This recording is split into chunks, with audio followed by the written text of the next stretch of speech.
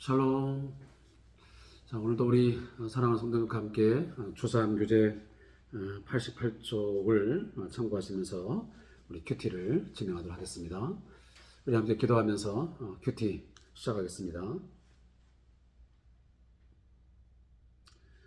하나님 아버지, 오늘도 주의 말씀을 묵상하기를 원합니다. 이 말씀을 통해서 우리의 연약함과 우리의 죄악됨, 우리의 거짓됨을 낱낱이 포기하시고 철저히 하나님 앞에 엎드려 회개하며 오직 하나님만 의지하며 하나님만을 사랑하겠다고 하는 간절한 소망과 또 우리 안에 결단이 있게 하여 주시옵소서. 주님, 오늘도 이 말씀이 우리를 새롭게 하시고 우리를 경건의 자리로 이끌게 하시며 거룩한 삶의 자리로 나아가도록 강하게 이끄시고 인도하여 주시옵소서. 당신께서 우리를 붙들지 아니하시면, 은혜로 함께하지 아니하시면 결코 한순간도 우리는 안전할 수 없으며 우리가 하나님의 사람으로 설 수가 없사오니 주님 불쌍히 여기사 우리를 붙드시고 인도하시고 보호해 주시옵소서. 감사함이 예수님의 이름으로 기도하옵나이다. 아멘. 하나님 말씀은 에레미야 11장 1절부터 13절까지 말씀을 함께 읽겠습니다.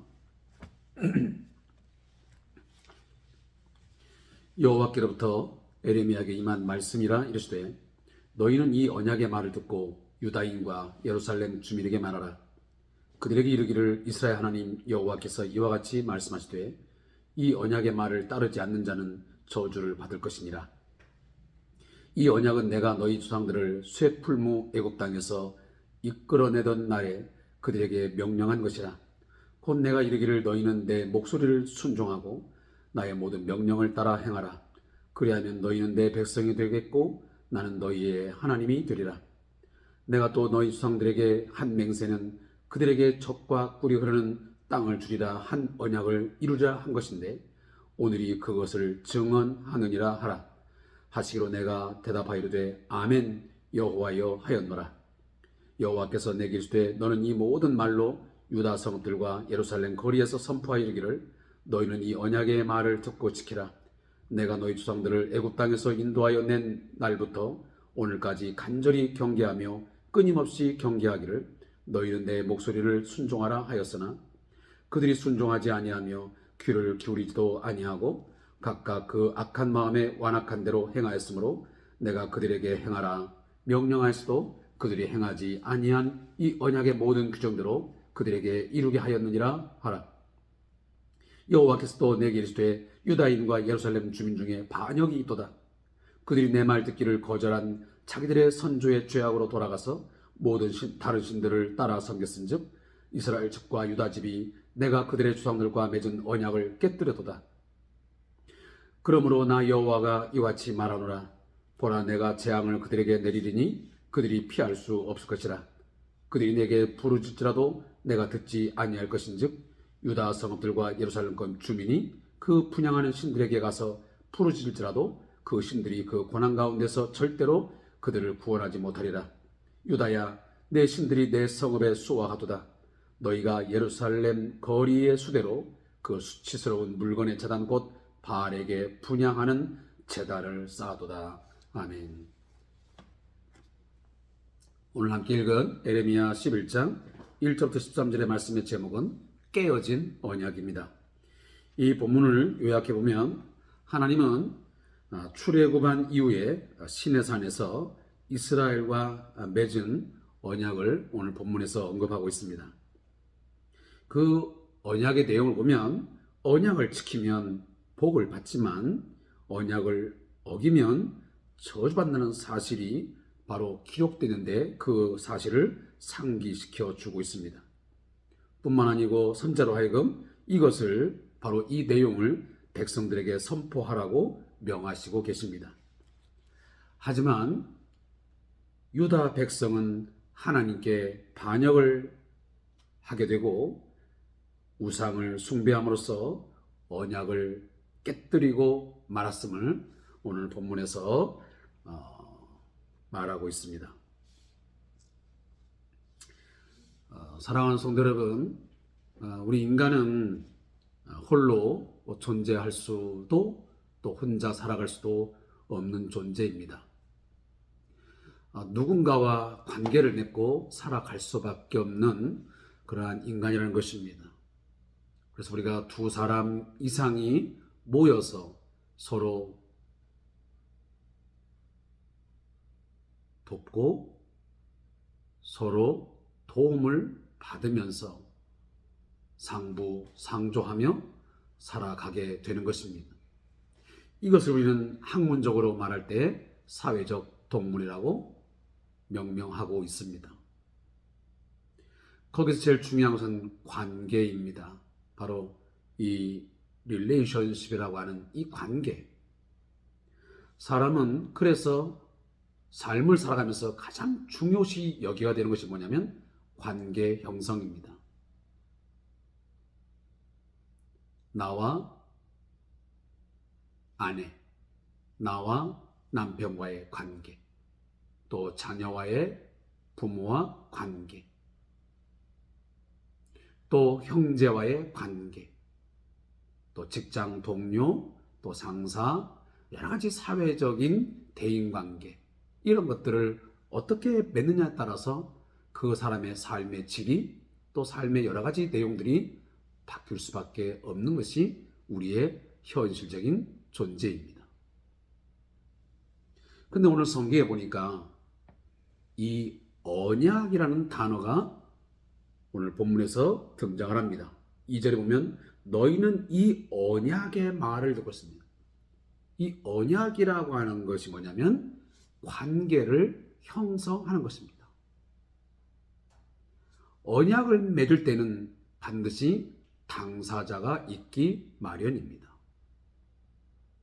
성경에서의 이 언약이라고 하는 것은 하나님과 이스라엘, 하나님과 인간이 맺는 바로 약속. 우리가 보통 이 히브리어로 보면 이건 베리트라고 하는 단어를 사용하는데 이 언약을 맺게 되어 있습니다. 그래서 성경에 보면 하나님이 아담과 언약을 맺으시고 또한 노아와 언약을 맺으시고 더 나아가서 아브라함과의 언약, 그리고 모세와의 언약, 더 나아가서는 다윗과의 언약, 그리고 이제 에레미야에 나오지만 새 언약이 등장을 하고 결국 이 새 언약이 예수 그리스도의 십자가의 그 피뿌림, 그의 피의 제사를 통한 이 새 언약을 말하는 것으로 성경의 언약의 역사가 종결을 맺게 되어 있습니다. 결국은 이 하나님께서 언약을 왜 맺느냐면 관계를 맺기 위함입니다.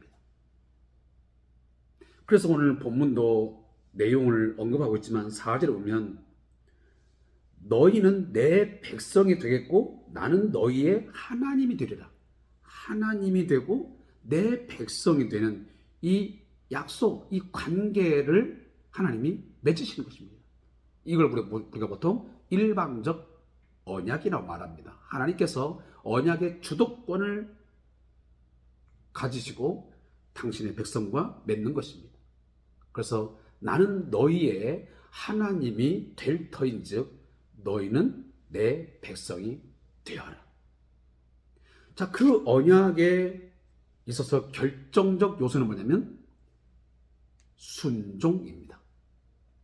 순종하면 그 언약이 유지되고 그 언약에 따른 축복이 주어지지만 그 언약의 내용에 대해서 불성실하고 결국은 책임을 다하지 아니하고 불순종할 때는 그 언약은 어쩌면 깨뜨려져 버리고 그 언약에서 말한 대로 서로가 맺었던 그것대로 저주를 받게 된다는 것이 성경의 내용입니다.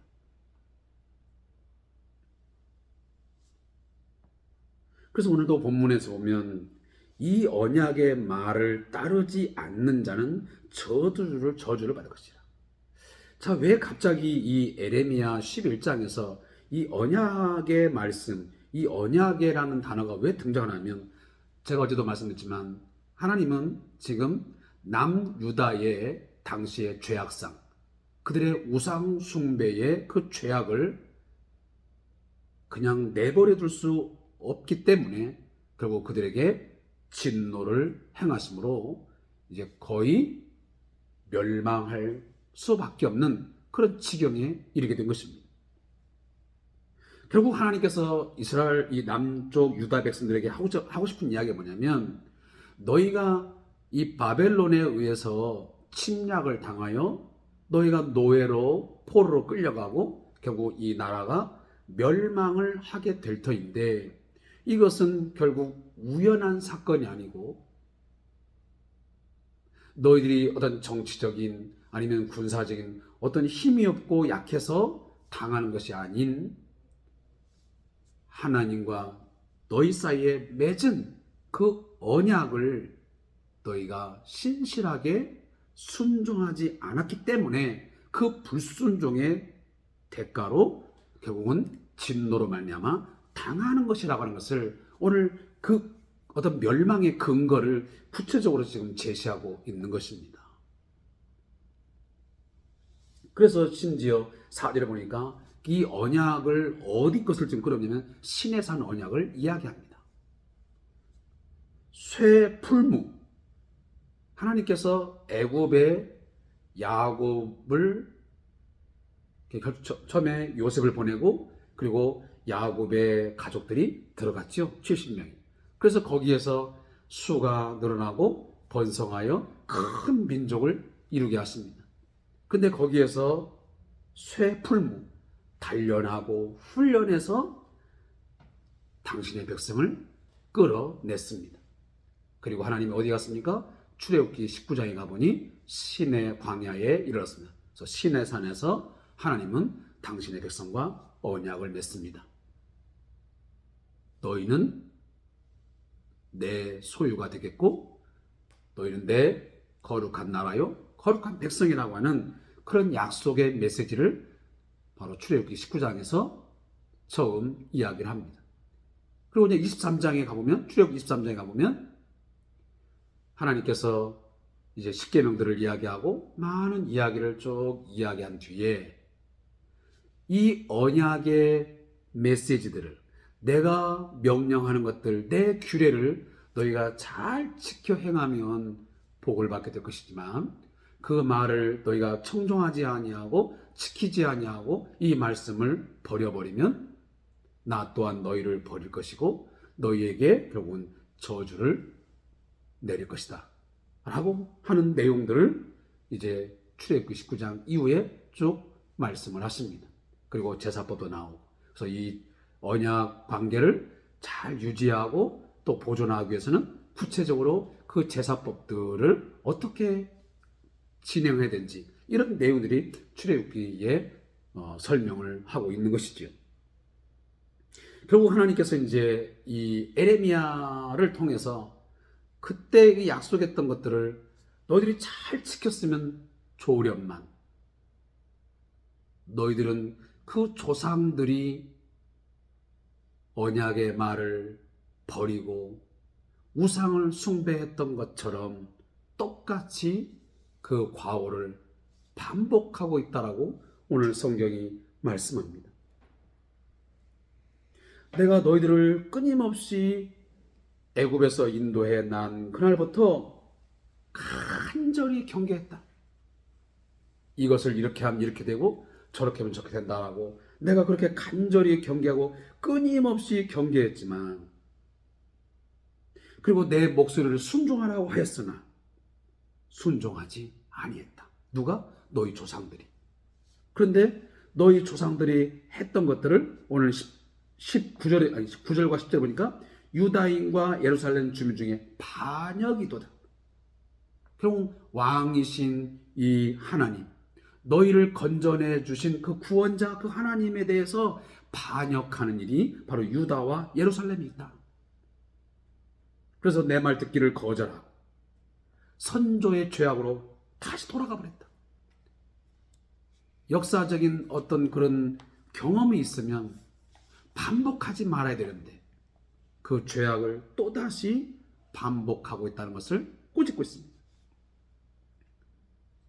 다른 신들을 따라 섬기고 조상들이 그 맺었던 언약을 깨뜨린 것처럼 너희도 똑같이 지금 언약을 다 깨뜨려 버렸다. 그러니 나 여호와가 이제 봐라. 그래서 우리가 보라 라는 단어는 반드시 뭔가 강한 어떤 이야기를, 어떤 최종적인 중요한 내용들을 전달할 때는 보라라고 하는 단어를 성경에서 씁니다. 그래서 보라, 내가 재앙을 그들에게 내리니 그들이 피할 수도 없을 것이다. 그들이 내게 부르짖어도 내가 듣지 아니하거든. 언약의 약속대로 너희가 이제는 아무리 나에게 부르짖을 자라도 내가 듣지도 않을 것이고, 내가 내리는 재앙 결단코 피할 수 없다. 그 누구도. 그런 상황에서 너희가 이제 또 다른 방법으로 그동안 너희들이 숨겼던 이 우상들을 향해서 부르짖고 또 구해달라고 하겠지만 절대로 내가 쏟아부는 그 재앙 가운데서, 그 고난 가운데서 절대로 그들이 구원하지 못할 것이다. 어제도 말씀드렸잖아요. 하나님 외에 섬기고 있는 모든 우상들은 다 헛된 것들이고 그들은 생기도 없고 생명도 없고 아무것도 할 수 없는 말 그대로 허수아비.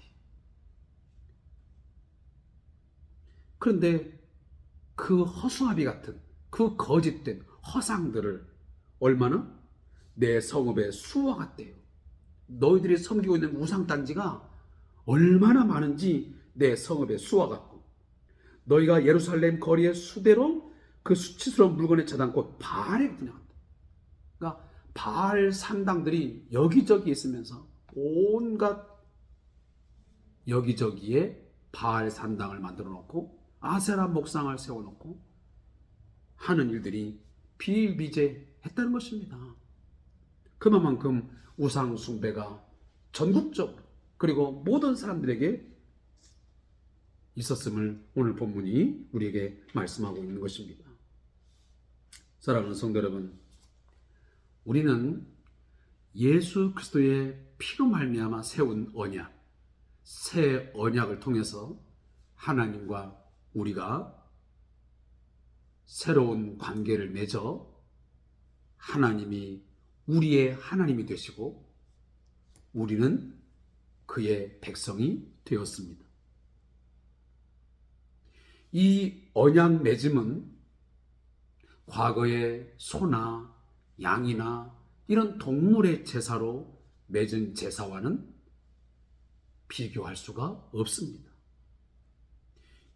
우리가 하나님과의 관계 형성된 이 새 언약 관계는 예수의 피, 이 언약의 피로 말미암아 맺어진 관계.